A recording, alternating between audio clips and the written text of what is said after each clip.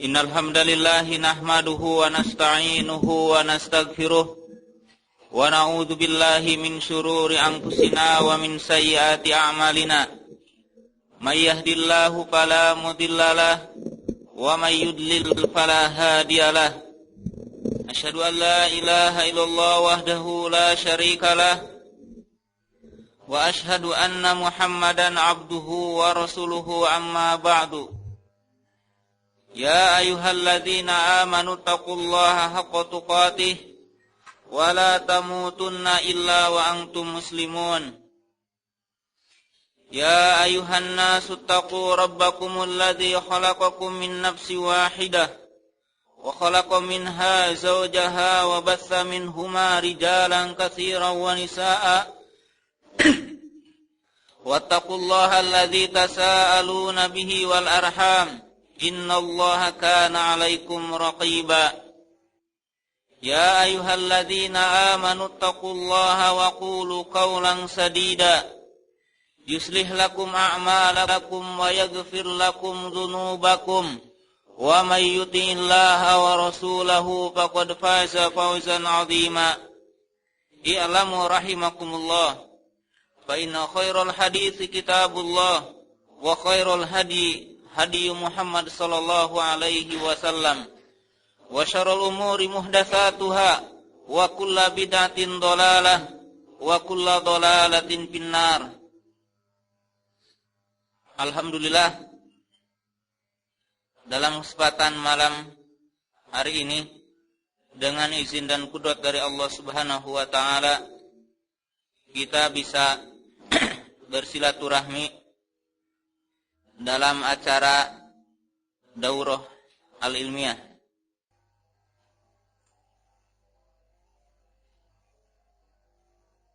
Telah lewat ya beberapa pembahasan yang saya tidak tahu pembahasannya.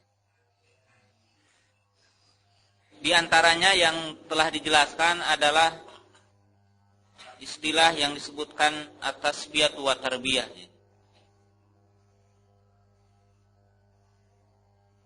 At-tasfiyah wa tarbiyah ini adalah merupakan manhaj salafus saleh. Bahkan itu adalah manhajnya Rasulullah sallallahu alaihi wasallam. Kama jaa fi qoulihi ta'ala di suratul Baqarah ayat 151.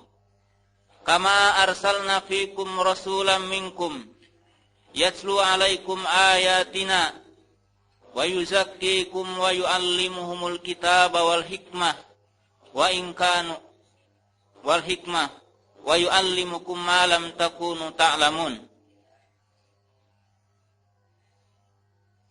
Manhaj tasfiyah wa tarbiyah artinya mungkin tadi sudah dijelaskan tentang tasfiyah wa tarbiyah, makna dan pembahasannya, yaitu yang secara globalnya artinya membersihkan dan adanya tarbiyah pendidikan.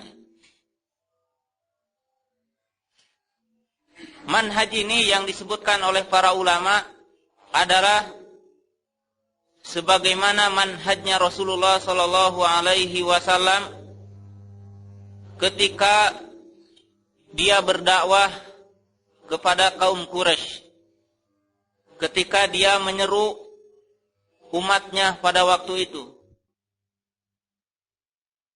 di mana Allah Subhanahu wa taala menyatakan kama arsalna fikum rasulan, sebagaimana kami mengutus kepada kamu rasul, yaitu Muhammad sallallahu alaihi wasallam. Yang di dalam ayat itu disebutkan wa yuzakkihim wa yuallimuhumul kitaba wal hikmah. Artinya tasfiyah, wa yuzakkihim membersihkan. Tazkiyatun nufusin nas membersihkan hati manusia, membersihkan fikrah manusia, membersihkan pikiran manusia. Tazkiyatu tasawwuratin nasi membersihkan tentang pandangan-pandangan manusia. Kemudian setelah adanya tazkiyah ataupun yang disebutkan dengan tasfiyah, maka Allah Subhanahu wa taala menyebutkan wa yu'allimuhumul kitaba wal hikmah, yaitu mengajarkan al-kitab wa huwal Qur'an wal hikmata wa huwa sunnah. Kama qala al-mufassiruna, sebagaimana para ulama mufassir menyatakan. Manhaj tasfiyah ini adalah merupakan manhaj nabawi, thariqatun nabawi. Artinya jalan yang ditempuh oleh para nabi dan ditempuh oleh para sahabat, para tabi'in, para tabi'ut tabi'in dan ulama yang mengikuti mereka. Tasfiyah, pembersihan pemikiran manusia, ini pada utamanya dalam 3 perkara.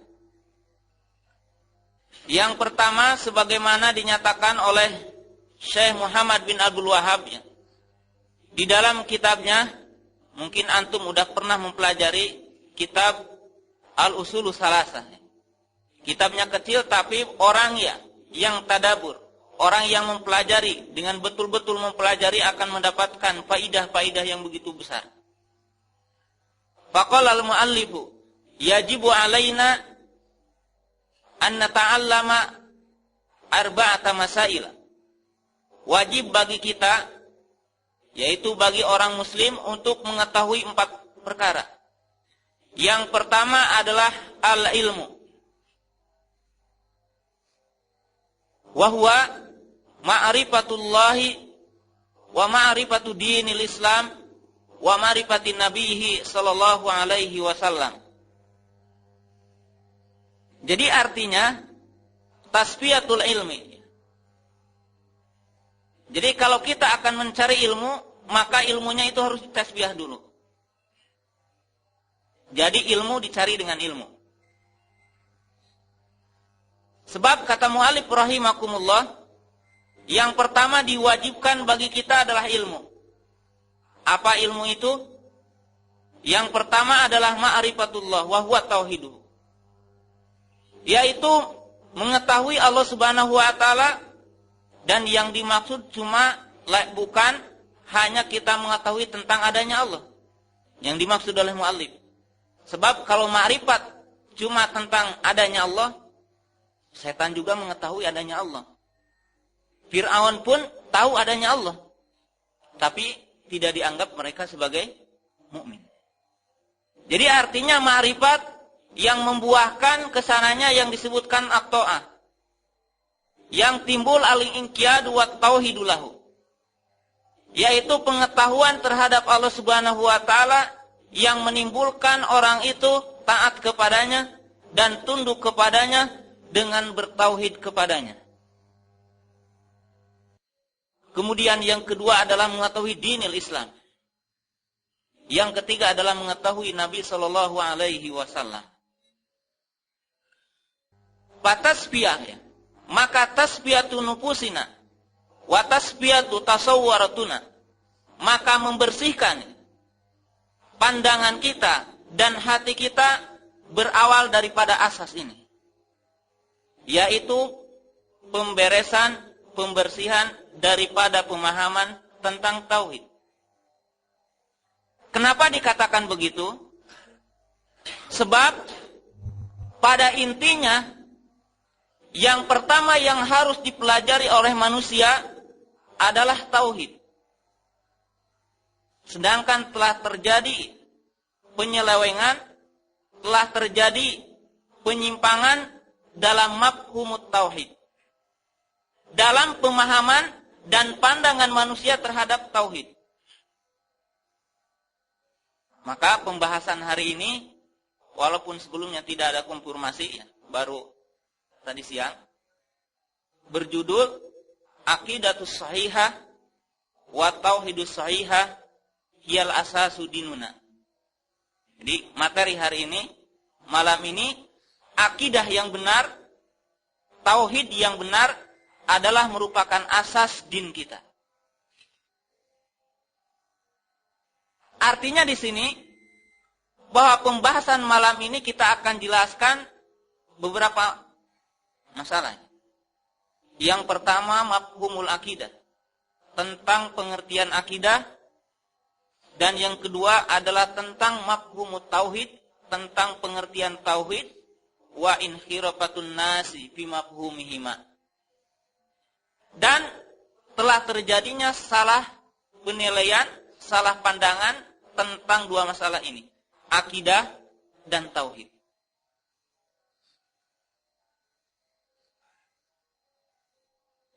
Yang pertama harus distasfiyah adalah asas kita. Kenapa? Sebab akidah, sebab tauhid adalah merupakan asas din kita.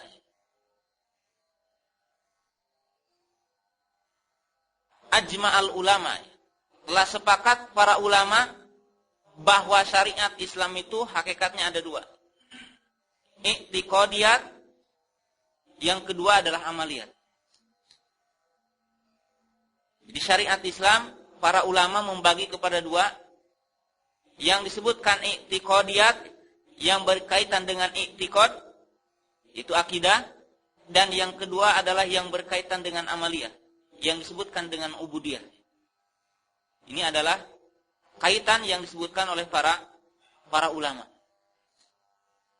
Sedangkan akidah, dia adalah merupakan asas yang bani alaiha hadadin. Akidah dan tauhid adalah merupakan asas, merupakan dasar, merupakan pondasi yang berdiri di padanya adalah bangunan agama ini. Kalau kita gambarkan ya,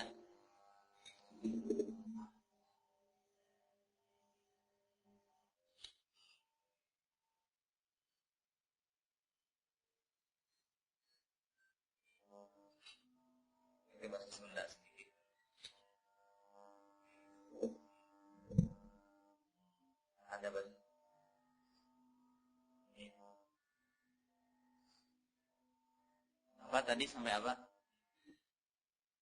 Jadi akidah yang sahih dan tauhid yang sahih adalah merupakan pondasi yang berdiri padanya adalah amal-amal Islam. Kenapa disebutkan begitu?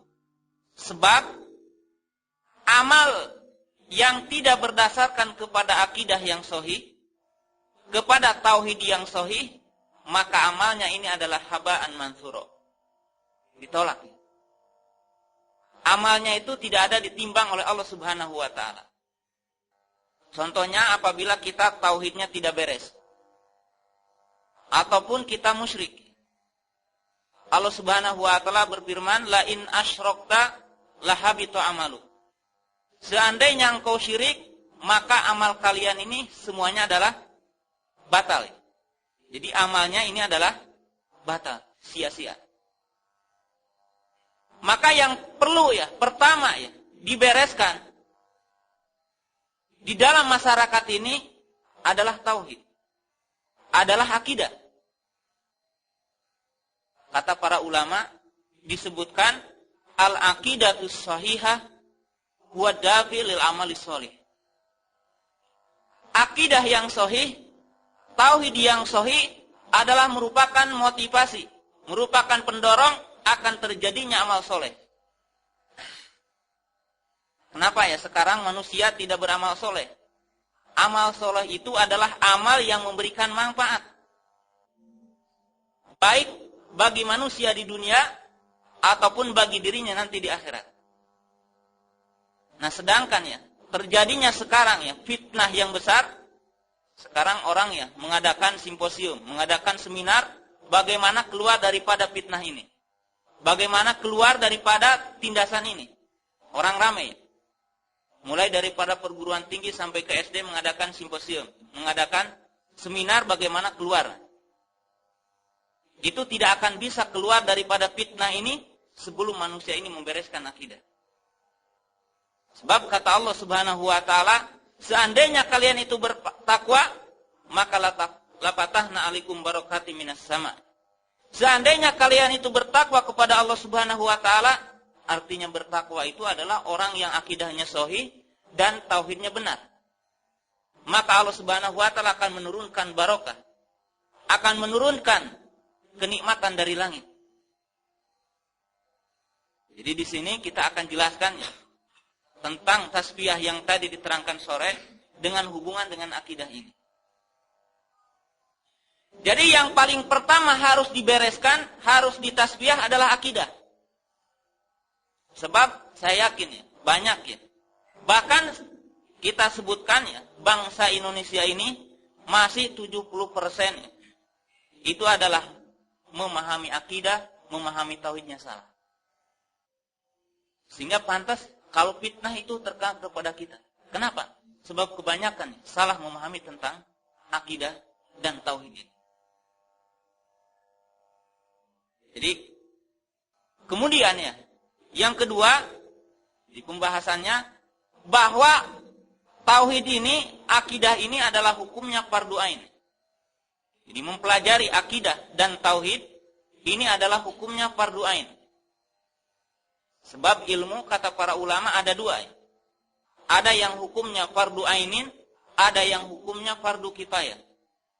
Yang disebutkan fardu ainin adalah ilmu yang wajib kepada setiap individu manusia.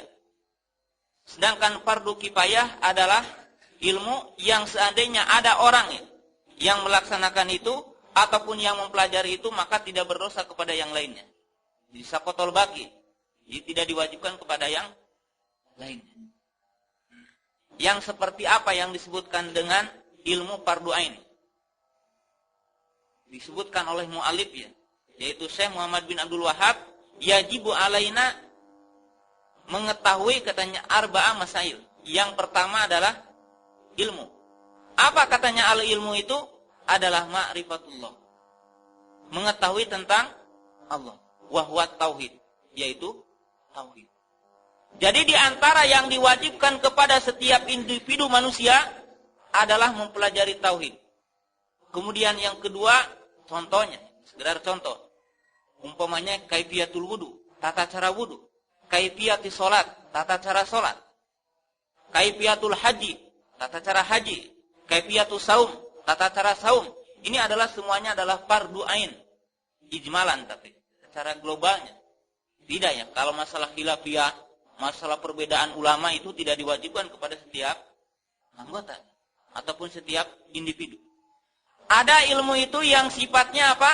Yang sifatnya fardu kifayah. Yaitu dua kata para ulama. Hafidudin, untuk menjaga din, wa mukammilatu hadadin, untuk kesempurnaan din ini. Contoh ya, untuk menjaga din, ilmu mustalah hadis, ilmu tafsir, umpamanya ilmu usul, ini adalah untuk penjagaan din. Nah, contohnya ya, dengan ilmu mustalah hadis, maka akan terjaga antara sahih dengan dhaif. Dengan usul fikih akan terjaga tentang istinbat yang salah. Nah, tapi ini khusus bagi para ulama ataupun bagi orang-orang yang tertentu. Kemudian ada yang sifatnya mukamilatuddin, untuk kesempurnaan din ini. Contohnya ya, ilmu fisika. Ya, ini yang berkaitan, yang seandainya tidak umat Islam, pokoknya sekarang ilmu komputer itu termasuk mukamilat. Nah, tapi ya, kita semua ya, mulai ketika kita SD apa yang dipelajari dulu? Mukamilat dulu ya. Fardu ain kita tinggalkan. Makanya kenapa terjadinya fitnah ini? Umat Islam adalah bodoh. Kenapa? Sebab kita meninggalkan fardu ain berawal kepada fardu kifayah. Bahkan orang-orang tua kita berharap daripada diri kita mendahulukan fardu kifayah, tidak mendahulukan fardu ain. Padahal saudara-saudara, mempelajari akidah, mempelajari tauhid adalah merupakan fardu ain. Dan tidak boleh umat Islam jahluhu, untuk bodoh. Jadi seandainya ada ya, di sekeliling kalian ini, di sekeliling kita ini, orang yang mempelajari din, orang yang menerangkan tentang tauhid, kemudian kita tidak datang, atim, dosa. Sehingga kita dalam keadaan jahil. Hukumnya adalah dosa. Ini apa? Supaya kita tertarik ya. Bukan hari ini saja kita akan belajar tauhid. Sebab tauhid kalau diterangkan tidak mungkin 1 bulan ataupun 1 tahun akan selesai. Tapi kenapa? Ini adalah pertanda ya, bahwa tauhid ini adalah merupakan asas dan merupakan yang wajib dipelajari kepada setiap individu. Itu sekedar mukadimahnya. Kemudian kita akan terangkan sekarang tentang mafhum akidah dan tauhid. Al-aqidah tuh ya. Akidah lugotan wa istilahan dulu ya. Akidah menurut lugah ar-rabtu. Akidah menurut bahasa artinya mengikat. Ay rabtu syai'i, mengikat sesuatu. Kita sering ya disebutkan al-aqdu, akad nikah, akad jual beli. Ini artinya apa? Adanya ikatan. Tapi kalau disebutkan i'taqadtu kada, bagaimana artinya? Artinya meyakini sesuatu. Jadi kalau disebutkan i'taqadtu kada, artinya meyakini sesuatu. Makanya disebutkan al-aqidatu huwa mayadinu alaihil insan. Jadi yang disebutkan dengan akidah huwa mayadinu alaihil insan. Yang disebutkan akidah adalah sesuatu yang dijadikan keyakinan, yang dijadikan kepercayaan oleh manusia. Qad yakunu sahihan wa qad yakunu batilan. Jadi akidah itu kalau diidopatkan bisa sahih, bisa batil. Contohnya ya, akidatun Nasrani. Akidah orang Nasrani meyakini Allah itu 3. Ini adalah kepercayaan batil ya, kepercayaan fasik, tidak benar. Kemudian disebutkan akidatul muslimin. Akidah seorang muslim meyakini Allah itu adalah 1. Ini disebutkan akidah yang sahih. Wa istilahan, sedangkan akidah menurut istilah ya, wa huwa bimakna al-imanu au arkanul iman. Jadi akidah secara ya digunakan oleh para ulama yang artinya adalah rukun iman yang 6, yaitu al-imanu billah wal imanu bimalaikatihi wa bikutubihi wa birusulihi wa bil yaumil akhiri wa bil qadari khairihi wa syarihi wa huwa arkanul iman. Jadi yang disebutkan dengan akidah secara globalnya berarti rukun iman yang 6. Akidah huwa amalul qalbi, sedangkan akidah adalah merupakan amal hati. Jadi yang berkaitan dengan hati. Kemudian kita itu ya, yang disebutkan dengan akidah adalah rukun iman. Kemudian timbul pertanyaannya, kok kenapa ya dibahas dalam akidah umpamanya azab kubur? Kok dibahas di dalam akidah umpamanya tentang ciri-ciri hari kiamat? Kenapa di dalam akidah dibahas tentang haud Rasul, telaga Rasul? Kenapa di dalam akidah disebutkan siratal mustaqim, jalan di antara surga dengan neraka? Kenapa disebutkan itu? Nah, para ulama memasukkan kenapa? Sebab al-imanu bi rasul, iman kepada Rasul berarti iman terhadap apa yang diberitakan oleh Rasul. Termasuk apa? Termasuk ciri-ciri hari kiamat. Umpamanya turunnya Dajjal, kemudian turunnya Nabi Isa, kemudian diangkatnya ilmu. Ini adalah berita dari Rasul. Ini adalah berkaitan dengan akidah. Kenapa? Sebab berkaitan dengan hati. Kemudian labdul akidah hal yaridu fil kitabi was sunnah. Ini supaya kita itminan. Apakah lafaz akidah ada di dalam Quran dan sunnah?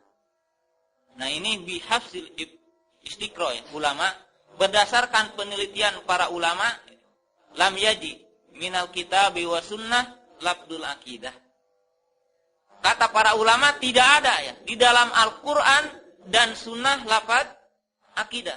Jadi kalau kita mencari-cari ya dalam ayat Al-Quran yang 30 juz itu ataupun di dalam hadis-hadis lafaz akidah, ini tidak ada ya secara kalimatnya. Kemudian kita bertanya, untuk apa para ulama menyebutkan lafaz akidah dan siapa yang pertama menyebutkan lafaz akidah? Yang pertama menyebutkan lafaz akidah dengan mufrad ya, bukan dengan jamak. Bisa i'tiqad, bisa mu'taqidin, tapi dengan lafaz akidah. Ini yang pertama menyebutkan lafaz akidah adalah As-Sabuni. Jadi Al-Imam As-Sabuni dalam kitabnya Aqidatus Salaf wa Ashabul Hadis. Jadi Abu Utsman. Jadi yang pertama dia sekitar tahun 500. Jadi lafaz akidah digunakan olehnya. Adapun lafaz dengan jamak ya, sebelum siapa? Sebelum As-Sabuni banyak. Semacam Imam At-Tahawi menyebutkan dalam kitabnya At-Tahawiyah Mu'taqidina. Kemudian Al-Imam At-Tabari menyebutkan I'tiqadun di dalam kitabnya ataupun dalam tafsirnya At-Tabari. Jadi sebelum Imam As-Sabuni ini ada kalau dengan bentuk jamak. Nah, kemudian kita akan sebutkan kenapa para ulama menyebutkan lafaz akidah padahal tidak ada di dalam Quran dan Sunnah. Para ulama menyebutkan lafaz akidah disebabkan telah hurufnya yang disebutkan firaqudullah. Disebabkan telah turunnya, telah datangnya tentang arilan-arilan yang sesat. Tentang keyakinan-keyakinan yang sesat. Maka wajib bagi umat Islam, bagi para ulama untuk menjelaskan hada aqidatun sahih, hada aqidatun batilah. Ini adalah akidah yang benar, ini akidah yang salah. Makanya nanti akan disebutkan aqidatu ahli sunnah wal jamaah, aqidatul mu'tazilah, aqidatul asy'ariyah, aqidatul syiah. Umpamanya, aqidatul jahmiyah. Ini apa? Untuk membedakan ini keyakinan ahli sunnah wal jamaah, ini keyakinan umpamanya khawarij, ini keyakinan syiah, ini keyakinan asy'ariyah. Contoh umpamanya, ketika keluar khawarij, salah satu i'tiqad khawarij di mana mereka meyakini tentang orang yang melaksanakan dosa besar dihukumi dengan kafir. Nah, ini adalah i'tiqad batil. Kemudian ahli sunnah wal jamaah menyebutkan hadza i'tiqadun batilun. Ini adalah keyakinan yang batil. Akidah yang benar bagaimana? Bahwa ahlul kabair tidak kafir, tapi naqisul iman. Jadi apa tadi disebutkan lafaz akidah ini disebabkan telah terjadinya apa? Kesesatan ataupun telah keluarnya pirok-pirok dolah. Maka para ulama menyebutkan akidah untuk menjelaskan ini adalah keyakinan yang betul dan ini adalah keyakinan yang batil. Kemudian sekarang lafzu tauhid ya. Tauhid dengan akidah, apa hubungannya? Jadi akidah dengan tauhid. Tauhid kalau dari segi kata berasal dari kalimat wahhada yuwahhidu tauhidan. Ai ja'ala syai'a wahidan. Yang disebutkan dengan tauhid berasal dari kata wahhada yuwahhidu tauhidan. Ai ja'ala syai'a wahidan. Tauhid kata para ulama ahli lughah berasal dari kalimat wahhada yuwahhidu tauhidan yang artinya menjadikan sesuatu menjadi satu. Sedangkan menurut istilah tauhid adalah ifradullahi bima yahtasu bihi min rububiyatihi wa uluhiyatihi wa asma'ihi wa sifatihi.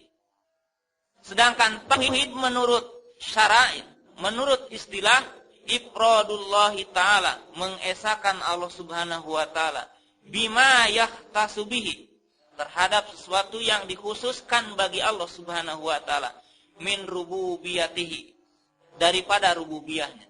Nanti kita akan terangkan tentang pembahasan tauhid ini. Wa uluhiyatihi, dan uluhiyahnya, wa asma'ihi, tentang namanya dan sifatnya. Ini yang disebutkan dengan tauhid. Lugotan wa istilahan. Kemudian sekarang ma huwa ta'alluq bainal aqidah wat tauhid.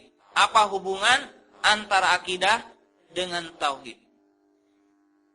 Kata para ulama, al-aqidatu am wat tauhidi juz'un minal aqidah. Jadi kata para ulama hubungan antara akidah dengan tauhid, kalau akidah itu adalah am, umum. Sedangkan tauhid adalah juz'un minal akidah. Sedangkan tauhid adalah bagian daripada akidah. Kenapa disebutkan begitu? Sebab al-imanu billahi yatadammanu arba'ata umur. Kenapa disebutkan bahwa tauhid itu adalah bagian daripada akidah? Sebab tadi disebutkan yang namanya akidah adalah rukun iman yang 6. Sedangkan iman kepada Allah, ini kata para ulama, berarti kita meyakini 4 perkara. Yang pertama, al-imanu biwujudihi. Kita meyakini tentang adanya Allah Subhanahu wa ta'ala. Yang kedua, al-imanu birububiyati. Iman tentang rububiyah Allah. Yang ketiga, al-imanu biuluhiyatihi. Iman kepada uluhiyah Allah Subhanahu wa ta'ala. Kemudian yang keempatnya adalah al-imanu bi asma'ihi wa sifatihi. Iman kepada nama Allah dan iman kepada sifat Allah Subhanahu wa ta'ala.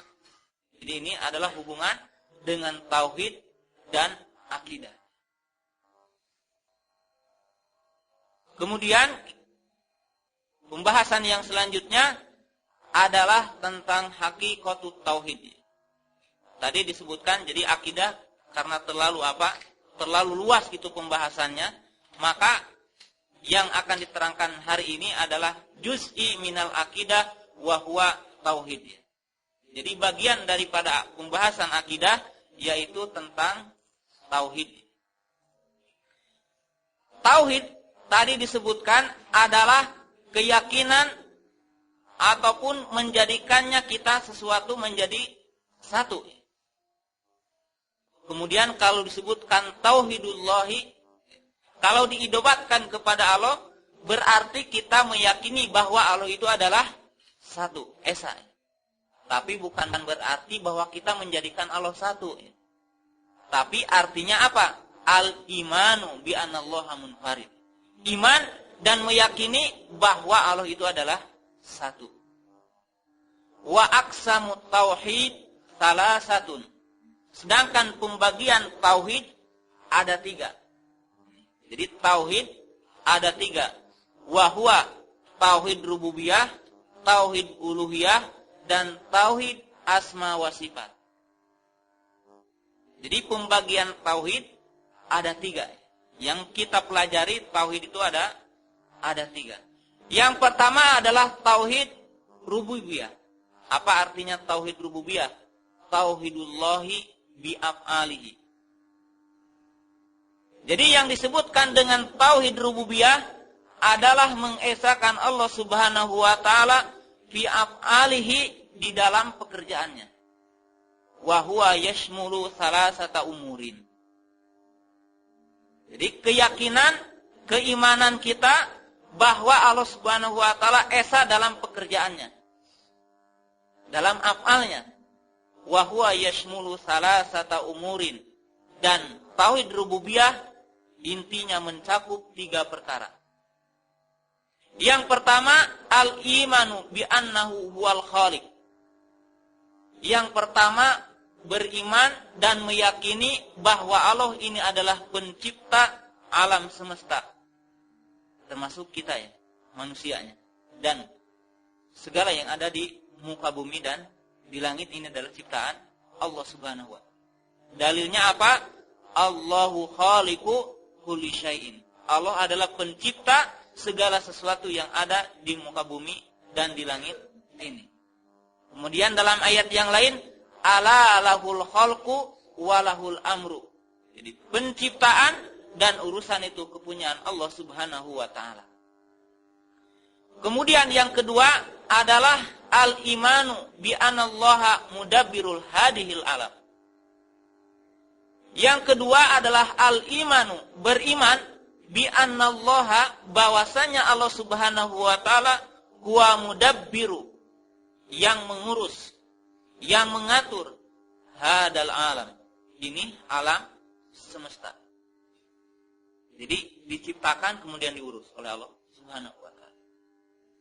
Kemudian yang ketiga, al-imanu bi anallahu wal malik mulki. Kemudian yang ketiganya, kita meyakini bahwa Allah itu adalah raja di raja. Artinya raja di atas raja-raja yang ada di muka bumi ini. Jadi tauhid rububiyah intinya mencakup itu. Kenapa katanya tidak disebutkan tauhidur rezeki? Nah, itu termasuk kepada tauhid tadbir. Jadi kita meyakini bahwa Allah itu adalah mengurus alam ini, berarti memberikan manfaat, memberikan madarat, memberikan sakit, kemudian menyembuhkan. Ini adalah termasuk pada mudabbir. Ini yang disebut dengan tauhid rububiyah. Kemudian yang kedua adalah tauhid uluhiyah. Apa yang disebut dengan tauhid uluhiyah? Tauhidullahi bi af'alil ibad. Tauhidullahi bi af'alil ibad. Artinya mengesahkan Allah di dalam pekerjaan hambanya. Ini yang dimaksud dengan tauhidul ibadah. Apa yang dimaksud? Di sini adalah berarti bahwa seluruh peribadahan yang dilakukan oleh manusia adalah dipersembahkan hanya kepada Allah Subhanahu wa ta'ala. Jadi ini tauhidut ta'ah, tauhid ketaatan hanya kepada Allah Subhanahu wa ta'ala. Jadi yang disebutkan dengan tauhid uluhiyah biasa juga disebutkan dengan tauhidul ibadah. Artinya beribadah itu tidak dipersembahkan kepada jin, tidak dipersembahkan kepada Lata dan Uzza dan yang lain. Kemudian yang ketiga adalah tauhid asma dan sifat.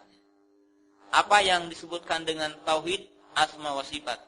Adalah al-imanu bi asma'illahi wa sifatihi bima jaa bihil qur'anu wa sunnatu min ghairi tahrifin wala ta'tilin wala tamtsilin wala takyifin. Nah, ini terjadi nanti akan disebutkan penyesatan di dalam tauhid ini. Kemudian yang ketiga adalah tauhid asma dan sifat. Apa yang disebutkan dengan tauhid asma dan sifat? Adalah al-imanu, kita beriman bi asma'illahi, dengan nama Allah, wa sifati, dengan sifat-sifatnya, bima ja'at bihil Qur'an. Itu apa yang diberitakan oleh Quran, apa yang disebutkan oleh Quran, wa sunnatu, dan oleh sunnah, oleh hadis. Min ghairi tahrifin, tanpa merubah maknanya, wala takyifin, kemudian kita tidak menyebutkan umpamanya di dalam Al-Quran yadullahi, tangan Allah. Kita tidak menyebutkan ya kaifiyah, cara tangan Allah itu seperti gini umpamanya, menyebutkan kaifiyah tangan Allah begini, tidak boleh. Wala tamtsilin, dan juga tidak menyamakannya nama Allah dan sifat Allah dengan sifat makhluknya. Ini adalah yang dimaksud dengan tauhid asma dan sifat. Jadi ini yang dimaksud dengan pembagian tauhid kepada tiga. Kemudian selanjutnya, apakah pembagian tauhid kepada tiga bid'ah atau tidak? Hal jaa bihil Qur'an amla. Apakah pembagian tauhid kepada tiga termasuk bid'ah? Apakah ada dalilnya dari Quran atau tidak? Al-jawab, pembagian tauhid kepada tiga tidak bid'ah, bal huwa sunnah. Pembagian tauhid kepada tiga telah ada di dalam Al-Quran. Berkata para ulama, pembagian tauhid kepada tiga ada bihasbil istiqra bi ayatillah. Kata para ulama, di antaranya Imam Syangkiti, demikian juga Syekh Abdurrahman Sa'di menyebutkan bahwa pembagian tauhid kepada tiga ini adalah berdasarkan penelitian para ulama tentang ayat-ayat Allah Subhanahu wa taala yang ada di dalam Al-Qur'an. Mana ayatnya umpamanya? Lihat di dalam surat yang ke-19 ayat 56. Rabbus samawati wal ardi wa ma bainahuma fa'budhu wastabir li ibadatihi hal ta'lamu lahu samiyya. Ayat ini berbicara tiga tauhid. Coba lihat. Rabbus samawati wal ardi. Ayat 56. Rabbus samawati wal ardi. Ini adalah tauhid rububiyah. fa'budhu. Ini adalah tauhid uluhiyah. Kenapa ya? Makanya para ulama nanti akan dijelaskan bahwa tauhid rububiyah yastalzim tauhid uluhiyah. Kalau kita meyakini Allah itu sebagai Rabb, Rabbus samawati wal ardh, yang mengurus bumi dan alam, yang mengurus bumi dan langit, fa'budhu, maka beribadahlah kepadanya. Ini adalah tauhid uluhiyah, fa'budhu. Hal ta'lamu lahu samiyya. Ini adalah istifham inkari. Kata para ulama ahli lugah, apakah kalian mengetahui tentang nama yang seperti nama Allah? Ataupun apakah sifat Allah adalah seperti sifat makhluknya? Jadi hal ta'lamu lahu samiyya ini adalah nas tentang tauhid apa? Asma dan sifat. Nah, kata Imam Asy-Syanqiti ya, di dalam penjelasan ayat ini dia menyebutkan hadhil ayatu dilalatun wadihatun ala taqsimi at-tauhidi ats-tsulasi. Kata Imam Asy-Syanqiti, ayat ini adalah merupakan dalil yang jelas tentang pembagian tauhid kepada 3. Bahkan kita mengucapkannya setiap kita sholat surat Fatihah. Kata Imam Ibnul Qayyim rahimakumullah di dalam kitabnya Madarijus Salikin, ayat ini adalah berbicara di dalam jilid yang pertama, dalam awal-awalnya surat Fatihah ini adalah berbicara tentang tauhid yang 3. Itu apa? Alhamdulillah. Ini tauhid apa ya? Alhamdulillah. Tauhid uluhiyah. Sebab pujian hanya kepada Allah. Rabbul alamin, ini adalah tauhid rububiyah. Ar-Rahman Ar-Rahim, tauhid asma dan sifat. Maliki yaumiddin, tauhid rububiyah. Iyyaka na'budu wa iyyaka nasta'in, tauhid uluhiyah. Sekarang umpamanya kita mengingkari pembagian tauhid kepada 3. Udah aja tauhid itu satu, tauhid. Saya akan bertanya, hukum taklif ada berapa? Tahu nggak hukum taklif? Ada 5. Sebutkan apa? Wajib, sunnah, makruh, haram, mubah. Saya tanya, ada nggak di dalam Al-Quran tentang pembagian tauhid hukum taklif kepada 5? Nggak ada ya.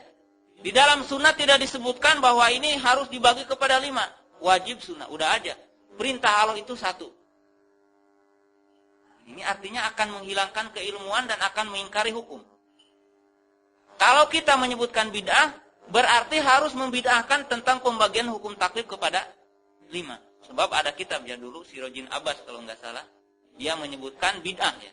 Bahkan kepada Syekhul Islam disebutkan dolah, tapi dia keburu mati ya, sebelum ada yang merod. Jadi artinya di sini pembagian tauhid kepada 3 ya, yaitu tauhid rububiyah, tauhid uluhiyah, dan tauhid asma wa sifat. Ini adalah istiqra kepada ayat-ayat Allah, sebagaimana para fuqaha membaca ayat-ayat Al-Quran, membaca ayat hadis-hadis, bahwa hukum taklif itu tidak keluar daripada wajib, tidak keluar daripada haram, mubah, halal, dan makruh. Sebab kalau kita mengingkari ini, berarti ini juga harus diingkari. Kemudian katanya siapa yang pertama menyebutkan pembagian tauhid ini kepada 3? Sebab ada tuduhan ya, baik dari orang-orang Haroki ataupun daripada orang-orang Mubtadi'ah, menyebutkan bahwa yang pertama membagi tauhid kepada 3 adalah Syekhul Islam. Kemudian diikuti oleh siapa? Ibnul Qayyim. Wahada ya, donun batil. Ini adalah sangkaan yang batil. Kenapa? Sebab berapa ratus tahun ya sebelum Syekhul Islam telah ada para ulama yang membagi kepada 3. Syekhul Islam tahun berapa coba? Tahun 700. Imam At-Tahawi tahun berapa? Itu 200-an ya. Imam At-Tahawi dalam kitabnya, yaitu At-Tahawiyah, dia menyebutkan dalam muqaddimah, kemudian bitaufiqillah mu'taqidina bitauhidillah. Kemudian disebutkan tentang tauhid rububiyah, asma wa sifat, dan tauhid uluhiyah. Kemudian Imam Ibnu Mandah, kemudian Imam Ibnu Huzaimah, kemudian Al-Imam At-Tabari, dan yang lainnya sebelum Syekhul Islam membagi tauhid kepada 3. Jadi orang yang mengingkari tauhid kepada 3 adalah jahlun bil Quran wa jahlun bi qaulis salaf. Jadi orang yang mengingkari tentang pembagian tauhid kepada 3 ini adalah bodoh tentang dilalah Al-Quran, penunjukan ayat-ayat Al-Quran, dan bodoh terhadap qaul salaf. Jadi orang yang menyebutkan Syekhul Islam yang pertama membagi tauhid kepada 3 ini adalah jahil. Sebab Imam atau Hawi, Imam Ibnu Mandah, Imam Ibnu Huzaimah berapa ratus tahun sebelum Imam Syekhul Islam Ibnu Taimiyah. Kemudian yang terakhir ya, dalam pembagian ini, dalam segi pembagian, sekarang timbul pembagian ataupun tanbah ya. Tauhid itu kepada 5 ya umpamanya. Menambah tauhid hakimiyah dengan tauhid mulkiyah. Cuma tauhid mulkiyah hanya di Indonesia ya. Tauhid hakimiyah,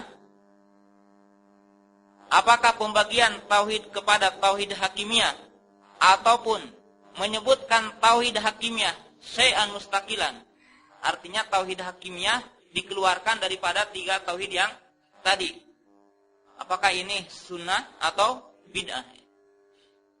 Nah, disebabkan ya pembagian tauhid hakimiyah ini terjadi pada kurun ini ataupun pada kurun yang terakhir ini, maka yang berbicara pun orang-orang kurun ini. Jadi antaranya ya para ulama zaman hari ini. Jadi zaman kini. Di antaranya adalah yang pertama Syekh bin Baz. Jadi merod terhadap pembagian ini. Kemudian Syekh Albani, kemudian Syekh Ibnu Utsaimin, kemudian Syekh Mukbil, kata mereka pembagian tauhid ataupun tauhid uluhiyah, tauhid hakimiyah maksudnya, dipisahkan daripada 3 tauhid adalah merupakan taksimul bid'ah, muhdis. Artinya adalah pembagian yang bid'ah dan pembagian yang muhdis. Wa huwa naz'atun minal khawarij. Jadi pembagian tauhid dengan dipisahkannya kepada hakimiyah juga ini adalah merupakan pemikiran yang dibuahkan daripada pemikiran khawarij. Kenapa ya? Sebab timbulnya tauhid dengan ada istilah tauhid hakimiyah ditujukan ataupun dimaksudkan oleh orang-orang yang disebutkan harokiyun untuk khuruj min hukama'il muslimin. Jadi untuk mengadakan keluar ya daripada kepemimpinan orang-orang mukmin, kemudian yad'un nas ila harokatihi. Kemudian mengajak orang kepada gerakannya. Kenapa ya? Sebab kalau kita udah melempar ke sana, maka mereka akan ke sini gitu. Itu kan teorinya. Ini harokiyun. Maka mereka takfirul hukam, mengkafirkan hukam-hukam pemimpin-pemimpin dengan ayat yang syubhah yang dipakai oleh khawarij. Famalam yahkum bima anzalallah fa ulaika humul kafirun. Bahkan ya nanti dari pembagian ini terjadi kesesatan yang begitu banyak. Kenapa ya? Sebab mereka itu hakikat tauhid adalah tauhid hakimiyah. Makanya apa ya? Di dalam materi-materi mereka tidak membicarakan tentang tauhid uluhiyah dan tauhid asma wa sifat. Kenapa saya tidak menyebutkan tauhid rububiyah? Tauhid rububiyah itu fitri ya. Fitrah. Manusia itu enggak usah diajari tauhid rububiyah. 2 ya. Tauhid uluhiyah dan tauhid asma wa sifat. Nah, sedangkan harokah-harokah yang ada sekarang, mereka adalah hanya berbicara tentang tauhid hakimiyah. Tauhid uluhiyah dan tauhid asma wa sifat ahmaluha. Maka mereka itu melupakannya dan menganggap enteng. Sehingga ya, menyebutkan untuk apa katanya kita sekarang berbicara tentang asma wa sifat. Kenapa kita berbicara tentang uluhiyah, umpamanya tentang tawasul. Kenapa kita berbicara tentang wasaid? Udah, yang gituan itu gampang. Sekarang itu tauhid hakimiyah. Artinya apa? Untuk iqamatud daulah kan tujuan mereka. Kemudian mereka itu apa? Menjadikan tauhid ini, tauhid hakimiyah sebagai inti dalam tarbiyahnya. Padahal yang diutus Rasul adalah tauhid uluhiyah, bukan tauhid hakimiyah. Ini adalah penyimpangan. Kemudian yang terakhir adalah tauhid mulkiyah. Dari mana ya? Nah, ini tauhid mulkiyah juga sama ya. Tujuannya adalah takfirul hukam. Jadi tauhid mulkiyah ini ditujukan juga sama untuk takfirul hukam. Di mana ini adalah khusus di Indonesia ya. Sebab saya lihat itu tauhid mulkiyah tidak ada gitu di negara-negara lain ya. Jadi tauhid mulkiyah ini paling keren ataupun terkenal ini di Harokah yang bernamakan umpamanya NII dan sejenisnya. Kenapa disebutkan tauhid mulkiyah? Tauhid mulkiyah artinya tauhid kerajaan. Kenapa? Kerajaan itu satu. Kerajaan Allah. Kita itu wajib mengeksistensikan kerajaan Allah di muka bumi ini. Kemudian tidak ada kerajaan katanya di muka bumi ini setelah runtuhnya Fatimiyah kecuali NII. Maka wajib apa? Masuk kepada apa? Harokah NII untuk apa? Tauhid mulkiyah. Dari apa ayatnya? Katanya Maliki Yaumiddin. Itu kan istidlal. Nah ini yang dimaksud adalah pembagian tauhid ya. Itu adalah yang rojih adalah kepada 3. Kemudian kita tanya sekarang. Kemanakah tauhid hakimiyah itu masuk? Tauhid hakimiyah adalah masuk ila rububiyah dan uluhiyah. Tergantung kita menilainya. Apabila tauhid hakimiyah itu dinisbatkan kepada fi'ilnya Allah, kepada pekerjaan Allah, di mana Allah adalah yang memberi hukum, maka ini adalah tauhid rububiyah. Tapi apabila dinisbatkan kepada manusia, di mana manusia berhukum dengan hukum Allah, maka ini adalah tauhid uluhiyah. Jadi tidak keluar daripada tauhid rububiyah dan tauhid uluhiyah. Walaupun kebanyakan para ulama memasukkan kepada tauhid rububiyah, sebab Allah yang wal hakim. Itu Allah ala lahul hukmu walahul amru. Hukum itu kepunyaan Allah. Artinya adalah tauhid rububiyah. Kenapa ya? Kita harus tahu ya. Sebab kalau kita ditanya ya, antum ya kuliahan, ditanya berapa pembagian tauhid, apa dalilnya? Tidak tahu, bahaya ini umat Islam. Kemudian kita akan jelaskan tentang pandangan orang terhadap tauhid dan ta'aluk hubungan daripada tauhid yang 3. Tadi kan harus tasbih ya tentang pemahaman tauhid. Tauhid ya ini telah terjadi penyesatan ataupun salah paham tentang tauhid itu sendiri. Sekarang umpamanya saya akan sebutkan tauhid menurut Jahmiyah. Jahmiyah itu siapa? Ataupun thariqah apa Jahmiyah itu? Jahmiyah adalah satu kelompok yang mengikuti yang bernama Jaham ibnu Safwan. Kesesatannya banyak. Tapi dalam tauhid saya akan sebutkan. Pemahaman menurut Jahmiyah yang dinamakan tauhid adalah tidak ataupun mengingkari tentang nama dan sifat. Jadi kalau orang tidak menetapkan nama bagi Allah dan sifat bagi Allah, berarti dia muwahhid. Balikan kan? Kalau kita tadi meyakini bahwa orang yang muwahhid berarti beriman kepada nama Allah dan iman kepada sifat Allah. Tapi orang Jahmiyah mah mengatakan orang yang muwahhid itu mengingkari nama dan sifat. Kenapa katanya? Sebab katanya orang yang menetapkan nama dan sifat berarti menyamakan makhluk dengan Allah. Kan ini pemahaman yang salah tentang tauhid. Kata mereka katanya bagaimana? Dia mengambil ujung ayat ataupun mengambil awal ayat. Laisa kamitslihi syai'un. Tidak ada yang sama dengan Allah katanya. Makanya mereka kalau kita menyebutkan Allah itu alim, jadi Allah itu punya ilmu, kalau Allah itu basir, melihat, kalau Allah itu disifati dengan punya tangan, kalau Allah itu disifati dengan punya kudroh, dengan punya masyiah, itu katanya sama dengan makhluk. Makhluk juga punya pendengaran, makhluk juga punya penglihatan, makhluk juga punya tangan, makhluk juga punya kekuasaan, berarti sama dengan makhluk. Jadi mereka itu yang disebutkan tauhid apa? Mengingkari nama dan sifat. Padahal dalam ayat Laisa kamitslihi syai'un wa huwas samiul basir. Laisa kamitslihi syai'un wa huwas samiul basir. Jadi dalam ayat Allah Subhanahu wa taala menetapkan nama dan sifat dan menafikan persamaan. Jadi kalau menurut ahli sunnah wal jamaah, kita mengimani sifat Allah dan kita mengimani nama Allah, tapi tidak menyamakan dengan makhluknya. Tapi orang Jahmiyah apa? Meyakini ataupun mengingkari tentang kalau kita menyebutkan nama dan sifat berarti kita itu musyrik. Maka ya, hakikatnya apa? Yang disebutkan tauhid indahum al-kufru, kekufuran. Ini kebalikannya. Kemudian tauhid indah Mu'tazilah wal Asy'ariyah.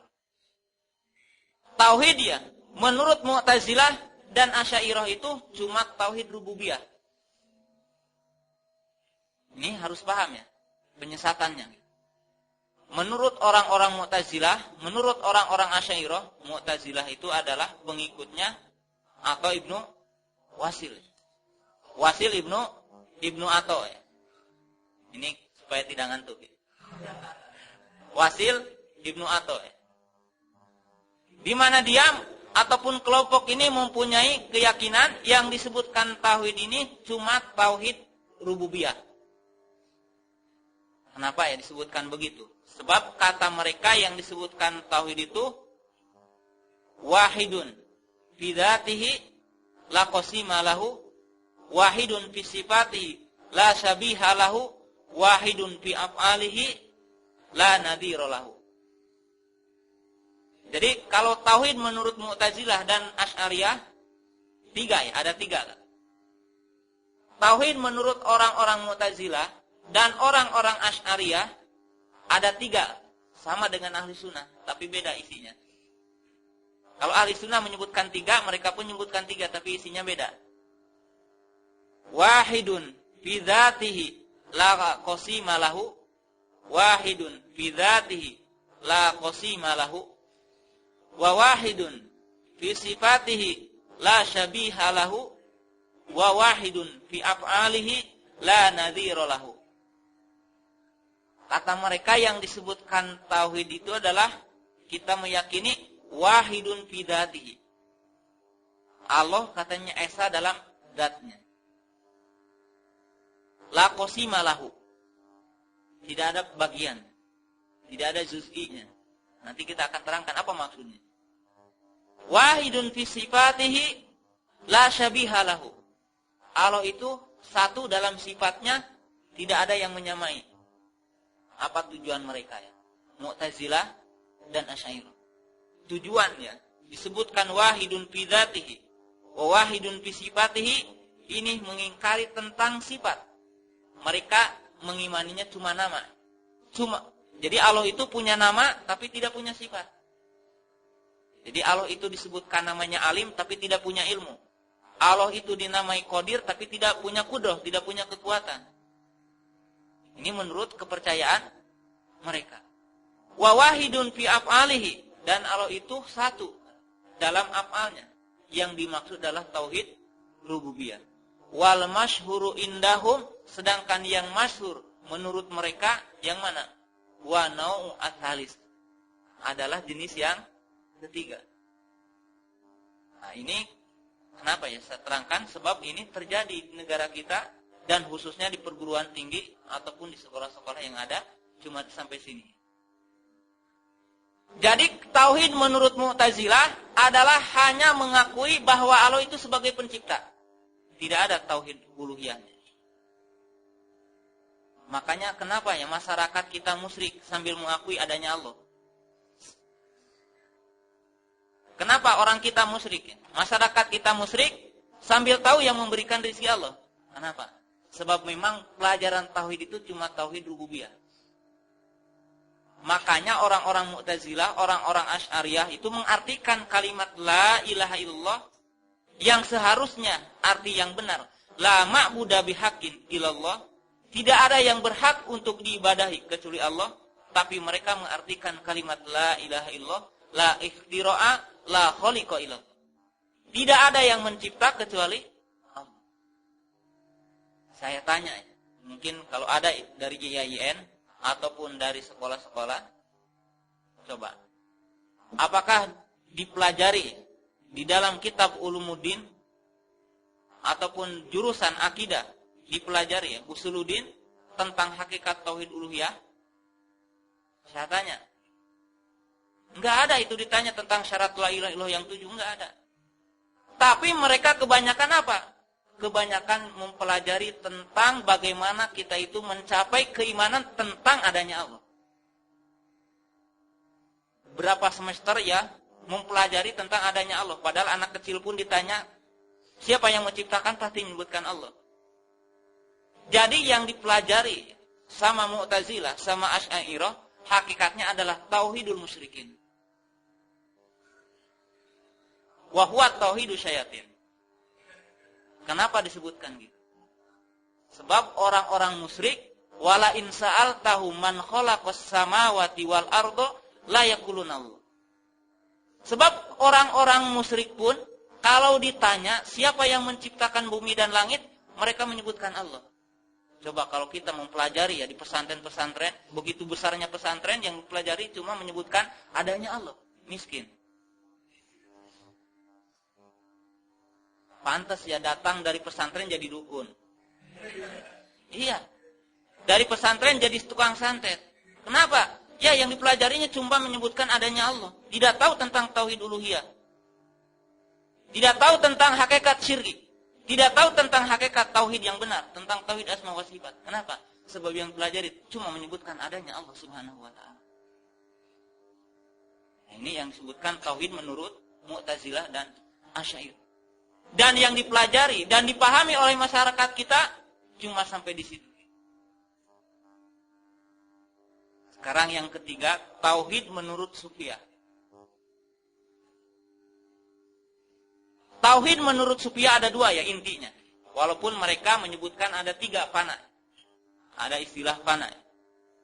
Tapi intinya 2. Sebab yang satu tidak dikerjakan kecuali bagi orang-orang awam. Nanti kita akan terangkan. Jadi kalau udah jadi syekh tidak melaksanakan tauhid itu. Yang 2 ya. Tauhid katanya menurut mereka adalah sibuk dengan adanya Allah. Bagaimana ya? Jadi kalau disebutkan orang muwahhid, kalau dia zikir, kalau dia sholat, dia lupa terhadap segala sesuatu, tapi dia cuma ingat kepada Allah. Ini kalau bahasa Sunda ya. Orang kalau zikir membacakan la ilaha illallah, nges ngolenya ini. Tahu nggak ngolenya? Jadi kalau udah ada cahaya, kemudian dia pingsan. Jadi kalau udah ada cahaya, kemudian itu adalah Allah. Diibaratkan oleh para ulama katanya, yang disebutkan muwahhid gitu, adalah seperti seseorang yang punya pacar. Ketika dia berkumpul dengan teman-temannya gitu, tadinya dia ngobrol gitu, dia tahu di temannya ini adalah saudaranya, ini adalah temannya semua. Tapi pas ada pacarnya di depan, semua yang di pinggir adalah lupa. Yang ingat cuma satu, adalah pacarnya. Nah demikian juga kata orang-orang sufi yang disebutkan orang muwahhid adalah yang orang kalau dia itu berzikir, maka seluruh yang di sekelilingnya itu tidak ingat lagi kecuali Allah. Jadi yang disebutkan adalah apa? Di mana dia itu masgul an wujudihi min wujudi siwahu. Jadi dia apa? Sibuk dengan adanya Allah dan dia lupa kepada yang lainnya. Ini yang disebutkan dengan tauhid. Mungkin di sini tidak seperti di Mesir ataupun di Yaman ya. Kalau di Mesir ataupun di Yaman biasa orang masuk ke masjid, sholat 1 rakaat tiba-tiba pingsan. Singkat cerita ada mahasiswa Indonesia di Mesir, pas lagi kumpul-kumpul, maklum ya baru ya semester 1 di Mesir, ada orang masuk sholat kemudian pingsan, dibawa ya, digotong, jadi diboyong. Disangka dia itu adalah pingsan beneran itu. Ternyata alirannya sufi. Jadi kalau disebutkan orang yang muwahhid itu, sehingga ketika kalau dia sholat apa, saking khusyuk gitu kan, dengan apa berhadapan dengan Allah, maka pingsan, tidak ingat sesuatu. Ini disebutkan muwahhid. Kemudian tingkatan yang lebih tinggi daripada itu adalah kepercayaan orang-orang Sufiyah itu dengan istilah hululiyah wal ittihadiyah. Kalau hululiyah itu adalah al-hululiyah wal ittihadiyah. Kalau hululiyah adalah sesuatu menempati kepada sesuatu. Jadi Allah artinya kepercayaan mereka bahwa Allah itu menempati kepada makhluknya. Jadi Allah itu dengan makhluknya. Yaitu orang-orang kalau kita ditanya, aina Allah? Di mana Allah? Allahu fi kulli makan. Ini adalah hululiyah. Mungkin uluhuliyah atau ittihadiyah. Kemudian kepercayaan mereka ittihadiyah. Yang disebutkan ittihadiyah adalah sesuatu jadi dua perkara menjadi satu. Ja'ala syai'aini wahidan. Menjadikan sesuatu menjadi satu. Yaitu keyakinan bahwa wujudul khaliq, wujudul makhluk. Ataupun wujudul makhluk huwallah. Jadi Allah adalah makhluknya, makhluk adalah Allah. Yaitu kalau kita dengar ya, di dalam nyanyian kita dengar di kalimat la ilaha illallah diartikan la ilaha illallah, la maujuda illallah. Nah, itu ittihadiyah. Di mana mereka mempunyai keyakinan la maujuda illallah. Tidak ada yang ada di muka bumi ini kecuali Allah. Nah, ittihadiyah ini adalah akbar minal yahudi wan nasara. Tapi mereka menyebutkan ini tauhid. Padahal hakikatnya ini adalah lebih kupur daripada Yahudi dan Nasara. Kenapa disebutkan begitu? Sebab orang yang meyakini seperti begitu berarti khinzir itu adalah Allah. Anjing itu adalah Allah. Orang yang zina berarti Allah. Orang yang mencuri berarti Allah. Sebab kenapa? Disebutkan la maujuda illa.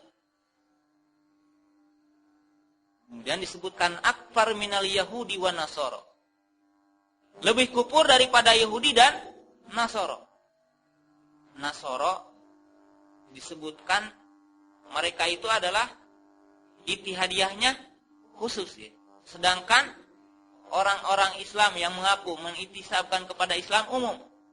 Kalau orang-orang Nasara itu ittihadiyahnya cuma Allah dengan Nabi Isa. Sedangkan umat Islam apa?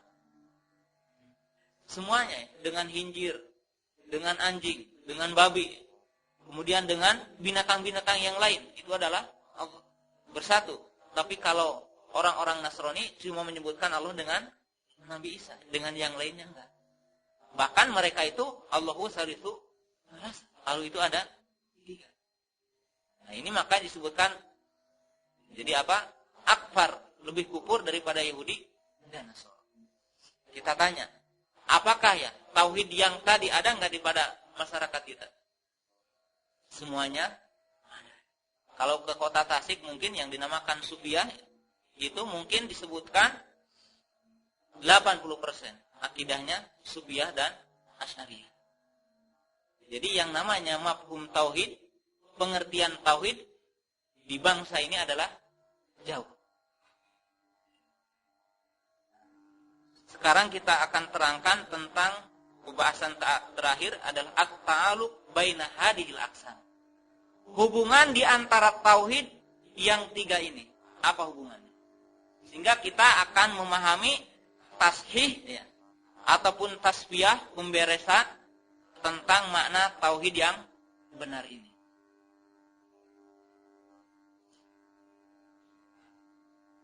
Tauhid yang Allah Subhanahu wa taala mengutus para utusannya dan mengutus para nabinya adalah hakikatnya huwa tauhid uluhiyah. Jadi nanti setelah kita akan jelaskan terakhir itu.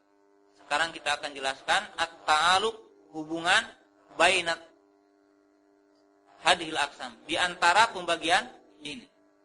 Pertama kita akan jelaskan at-ta'aluq bainat tauhid rububiyah wa bainat tauhid uluhiyah.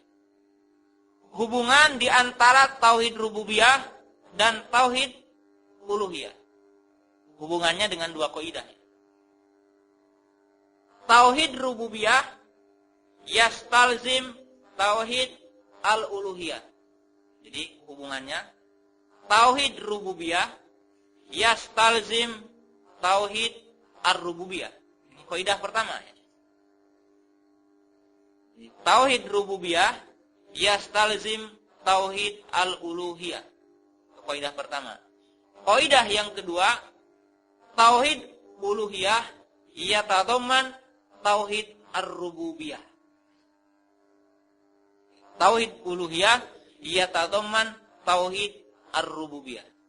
Artinya, kita artikan, tauhid rububiyah yastalzim tauhid uluhiyah. Tauhid rububiyah mewajibkan untuk orang tauhid uluhiyah. Nanti kita akan memahami lewat ayat-ayat Al-Quran. Kemudian tauhid uluhiyah mengandung tauhid rububiyah. Kaidah yang pertama, tauhid rububiyah yastalzim tauhid uluhiyah. Orang yang mengikrarkan, meyakini tauhid rububiyah, melazimkan dia tauhid uluhiyah. Mewajibkan bagi dia untuk mengikrarkan tauhid uluhiyah. Kita lihat di dalam surat Al-Baqarah ayat 20-21. Ayatnya satu aja cukup. Ya ayyuhan nasu budu rabbakumul ladzi khalaqakum walladzina min qablikum la'allakum tattaqun. Alladzi ja'ala lakumul arda firasan was samaa'a binaan wa anzala minas samaa'i ma'an fa akhraja bihi minas samarati rizqan lakum fala taj'alu lillahi andadan wa antum ta'lamun. Kita lihat ya. Tauhid rububiyah mewajibkan tauhid uluhiyah. Ya ayuhan nasu, surat yang kedua, surat Al-Baqarah ayat 20-21. Ya ayuhan nasu, wahai manusia, u'budullaha. Hendaklah kalian itu beribadah kepada Allah Subhanahu wa taala. Kemudian kita ditarik, dikasih pengetahuan. Siapa katanya yang berhak untuk diibadahi? Adalah yang mempunyai sifat rububiyah. Alladzi khalaqakum, yang menciptakan kamu, walladzina min qablikum, dan orang-orang sebelum kalian. Artinya kalian beribadah, kalian menyembah kepada zat yang mempunyai sifat khalaq, sifat penciptaan. Alladzi ja'ala lakumul arda. Ini ada supaya tasawur ya, supaya pandangan kita itu ya ini disebutkan tadakkur ya. Artinya berpikir menggunakan akal kita. Alladzi ja'ala lakumul arda, yang menjadikan bumi. Alladzi ja'ala lakumul arda firasan sebagai hamparan. Was samaa'a binaan, dan yang telah menjadikan langit. Wa anzala minas samaa'i ma'an, dan menurunkan dari langit air. Fa akhraja bihi, kemudian dengan sebab air, fa akhraja bihi samarat, maka tumbuhan. Kemudian apa? Rizqalakum, sebagai rezeki bagi kamu. Fala taj'alu lillahi andada. In kuntum ta'lamun. Tafsirnya begini. Wa antum ta'lamun. Kalau kamu tahu, katanya, yang menciptakan kalian adalah Allah, yang menjadikan langit adalah Allah, yang menjadikan bumi adalah Allah, yang menurunkan langit, yang menurunkan hujan dari langit adalah Allah, dan menurunkan rizki adalah Allah, maka jangan sekali-kali kalian itu menjadikan syarikat dalam ibadah. Makanya disebutkan orang yang syirik tidak punya akal. Orang yang syirik adalah dolim, menempatkan sesuatu bukan pada tempatnya. Bodoh ya, orang-orang syirik itu bodoh, jahlun. Kenapa? Kalau kita tahu yang memberi rezeki adalah Allah, kenapa kita meminta kepada Syekh Abdul Muhyi? Kenapa kita meminta kepada Syekh Abdul Qadir Jailani? Kenapa kita meminta kepada Rasul? Kenapa kita minta kepada malaikat? Padahal semua diciptakan oleh Allah Subhanahu wa taala. Afala ta'qilun? Apakah kita punya akal? Hal antum ta'lamun? Apakah kalian punya ilmu? Makanya dalam ayat yang tadi, in kuntum ta'lamun, jika engkau itu punya ilmu. Wa antum ta'lamun, dan kamu itu adalah orang yang punya ilmu. Jadi dalam ayat yang tadi apa? Ya ayuhan nasubudu, beribadahlah. Kepada siapa ya beribadah itu? Adalah yang mempunyai sifat rububiyah. Kalau tahu katanya yang mempunyai sifat rububiyah ini adalah Allah, kenapa kita meminta kepada yang lain? Maka dalam ayat ini, orang yang mengikrarkan rububiyah, wajib bagi dia untuk beribadah kepada Allah Subhanahu wa ta'ala. Ini mimbab lazim. Artinya lawazim. Kemudian ta'aluk di sini, man aqarra bi rububiyah wa lam yukir bil uluhiyah la yu'tabar mu'minan. Orang yang mengikrarkan tauhid rububiyah dan tidak mengikrarkan tauhid uluhiyah la yu'tabar mu'minan. Tidak dianggap iman. Wa hada waqi'u fil ummah. Dan ini terkena pada umat kita. Jadi di sini begini. Orang yang menyebutkan Allah itu pencipta, orang yang menyebutkan Allah itu adalah menurunkan rizki, tapi ketika orang itu punya madorot, tapi ketika orang itu punya kepentingan, umpamanya datang kepada kuburan Rasul. Ya Rasul, semoga engkau memberikan kelapangan terhadap saya. Semoga engkau memberikan rizki kepada saya. Maka dia itu layu tabar mu'min. Wahwa muhrijun minal milah. Dia itu adalah keluar daripada agama Islam. Kenapa? Wasyirkun. Sebab dia syirik. Sebab dia apa? Terkena dalam syirik. Jadi kita itu tidak cukup dengan tauhid rububiyah, tapi wajib adalah tauhid uluhiyah. Nah, di sini terjadilah khilaf bainal Mu'tazilah wa bainal ahli sunnah wal jamaah. Apa yang paling pertama yang wajib dipelajari oleh manusia? Dan apa yang paling pertama diwajibkan kepada manusia? Ajma'al ulama anna awwala wajibin alal insani syahadatain.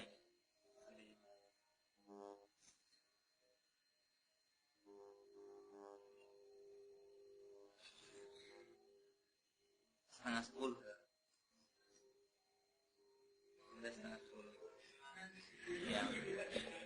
Ya, subhanaka Allahumma wa bihamdika asyhadu alla ilaha illa anta astaghfiruka wa atubu ilaik.